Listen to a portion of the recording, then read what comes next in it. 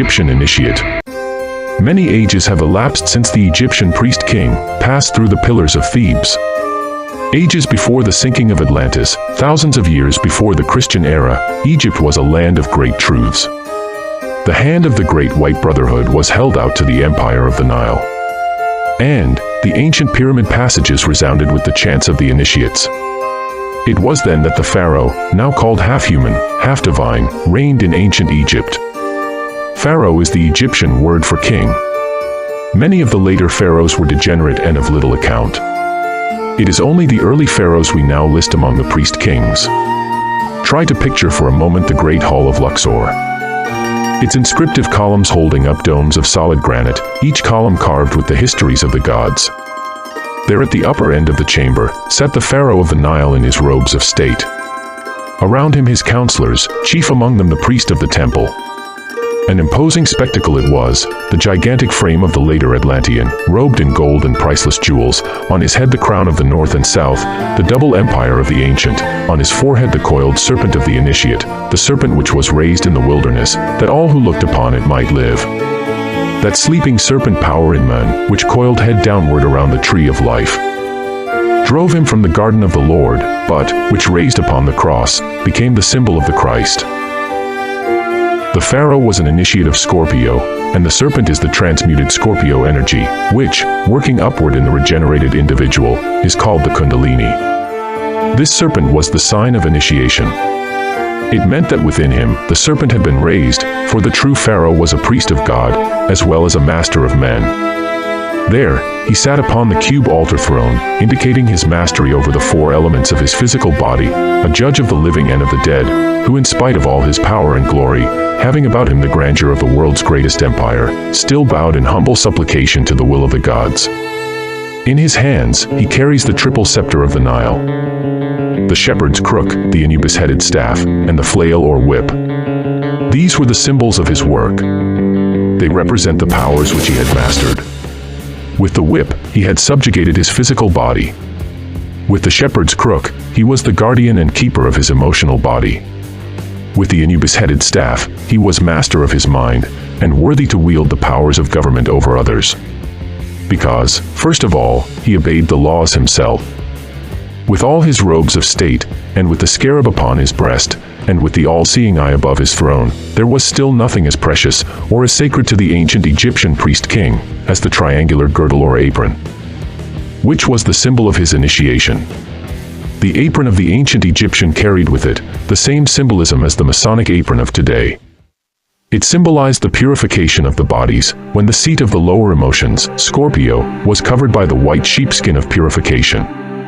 This symbol of his purification was the most precious belonging of the ancient pharaoh, and this plain insignia, worn by many others below him in rank and dignity, but equal to him in spiritual purification, was the most precious of all things to the priest-king. There he sat, written upon him in the words of the initiate, the symbols of his purification and mastery, a wise king of a wise people. And it was through these priest-kings that the divine worked, for they were of the order of Melchizedek. Through them was formed the doctrine, which degeneracy has not been able to entirely obliterate, which we know as the divine right of kings, divine, because through spirituality and growth, God was able to manifest through them.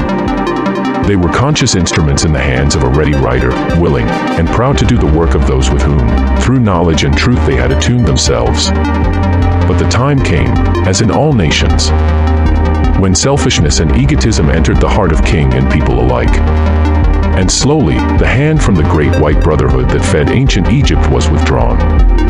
And the powers of darkness transformed the land of glory into one of ruins, and the names of mighty kings were buried beneath the oblivion of degeneracy. Mighty cataclysms shook the world, and out of the land of darkness, the Great White Brotherhood carried the chosen people into the promised land. Egypt, the land of glory, disintegrated into dust. The great temples of the pharaohs are ruins, and the temples of Isis are but broken heaps of sandstone. But what of the priest-kings who labored there in the days of its glory? They are still with us. For those who were leaders before are leaders now, if they have continued to walk the path. Although his scepter is gone, and his priestly vestments have molded away, the priest-king still walks the earth with the dignity, and the power, and the childish simplicity that before made him great. He no longer wears the robes of his order. Although he bears no credentials, he is as much a priest-king now as then, for he still bears the true insignia of his rank. The coiled serpent has given place to knowledge and love. The hand that bestowed the riches of the past does little acts of kindness now. Although he no longer carries the scepters of self-mastery, still, he manifests that mastery in his daily life. Although the altar fires within the temple at Karnak have long been dead, the true fire within himself still burns, and, before that, he still bows as he bowed in the days of Egypt's glory. Although the priest no longer is his counselor, and the wise ones of his country no longer aid him in governmental problems, still he is never alone, for the priests in white, and the counselors in blue, still march with him, and whisper words of strength when he needs them. Have you seen people that somehow you liked regardless of appearances? Have you seen other charming people whom you hated in spite of their charms? Have you seen learned people who were fools? Or impressed you as such, or people who knew little, and yet you felt were wise? Those are the insignia of rank, which the loss of title or position cannot destroy. Kings with or without crowns they were, not puppets dressed in tawdry tinsel. And they still are kings and will be to the end of time, and they still manifest their rank, not by their superiority and their high-headedness, but by the soul qualities which they radiate from themselves. The purity of their lives still radiates outward from those who wore the apron of the initiate, for while that triangular apron with its serpent drawn upon it has long since rotted away, still the spiritual counterpart of that symbol radiates in their daily lives, proving beyond all dispute that they were priest-kings and are today. We find them in every walk of life, in high places and down in the mire of life. But wherever we find them, they are still the mouthpieces of the gods, and through them comes the promise to all who strive. They are kings, not of the earth, but of heaven, and, in the life of our own Master, we find one who joined himself to those who served, and was a true king, even when his only crown was a wreath of thorns. Still, in the Pyramid of Gizeh, the initiations continue, still, the initiate receives the insignia of his rank.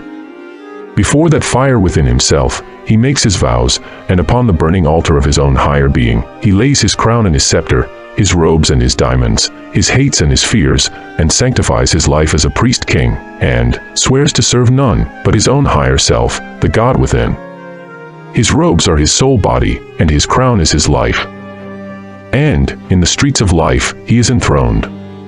The dusky towers and factory chimneys around him fade into the templed pillars of Luxor, and, with a lunch pail on his arm, his face brown with honest dirt, he is as much a king as when the crown of the double Nile rested upon his brow, and the priest of the temple made him one with his God and his fellow man.